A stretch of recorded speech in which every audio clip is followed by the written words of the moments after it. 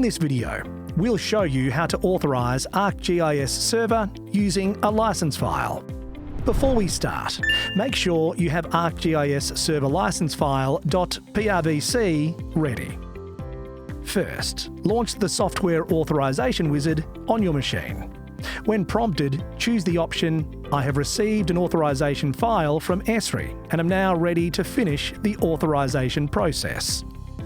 Browse to the location of the ArcGIS Server .prvc file on your computer and click Next.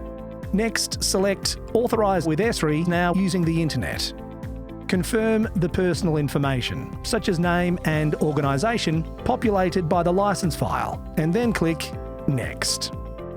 Confirm the ArcGIS Server authorization information populated by the license file, and click Next again. Finally, review the information and click Authorise.